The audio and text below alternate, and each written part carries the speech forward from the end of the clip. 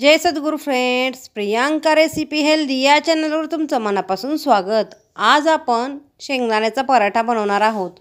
यासाठी आपल्याला काही साहित्य लागणार आहे। तर आपण गव्हाचं पीठ तिंबून भिजण्यासाठी छान असं ठेवलेलं आहे आणि टोमॅटो, कांदा, कोथिंबीर, थोडंसं लिंबू, अद्रक आणि लसूण घेतलेला आहे। तर टोमॅटो, कांदा, कोथिंबीर बारीक करून घ्यायचं आहे आणि अद्रक, लसूण आपल्याला खलबत्त्यामध्ये बारीक करून घ्यायचं आहे आणि हे आपल्याला मिक्सरच्या या ग्राइंडरमध्ये आपल्याला बारीक करून घ्यायचं आहे।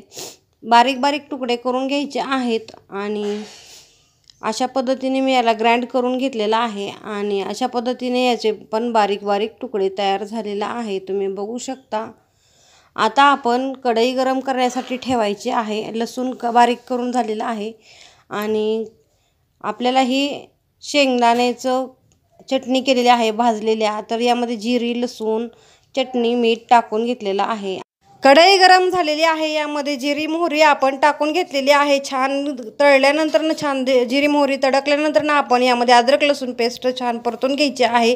यानंतर आपण बारीक केलेलं कांदा, कोथिंबीर, टोमॅटोचं मिश्रण आपण टाकून घ्यायचं आहे, छान परतून घ्यायचं आहे। मीठ टाकायचं आहे, कढीपत्ता टाकायचा आहे आणि याला पण छान परतून घ्यायचं आहे आणि यामध्ये थोडंसं लिंबू पिळून घ्यायचं आहे।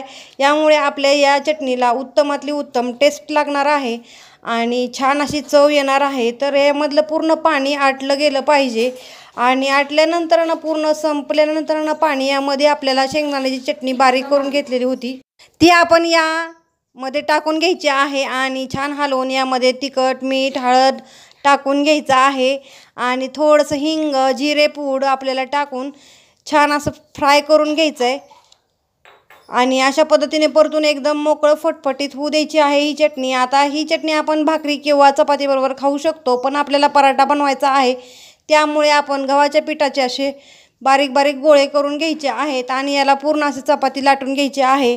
चपाती लाटल्यानंतर आपल्याला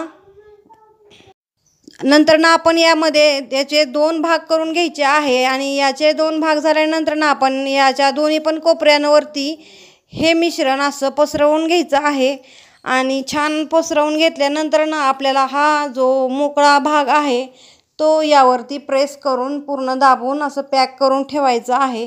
तर अशा पद्धतीने आपण मिश्रण त्रिकोण आकारात पसरवून घेतलेला आहे आणि हा भाग याच्यावरती असं प्रेस करून पूर्ण दाबून घ्यायचं आहे आणि याला चिटकावून घ्यायचं आहे आणि दुसरा पण भाग अशाच पद्धतीने आपल्याला चिटकावून घ्यायचा आहे। तर आपल्याला अशा पद्धतीचे असे अनेक युनिक रेसिपी आपण या चॅनलवरती अपलोड केलेल्या आहेत, ते तुम्ही पाहू शकता आणि आपल्या चॅनलला सबस्क्राईब करून आपल्याला चॅनलला असे सपोर्ट करत राहा। तर अशा पद्धतीने आपण ही पराठा तयार करून घेतलेला आहे। तर हा पराठा जसा तयार केला आहे तसाच दुसराही पराठा तयार करायचा आहे आणि अशा पद्धतीने याचा आकार बदलू द्यायचा नाही, एकदम त्रिकोणच राहू द्यायचा आहे आणि तेल किंवा तूप आपल्याला या तव्यावरती पसरवून घ्यायचं आहे आणि यावरती छान असा हा पराठा शेकून घ्यायचा आहे। तर खरपूस असा पराठा भाजल्यानंतर उत्तमातला उत्तम ह्याची टेस्ट खूप छान लागते।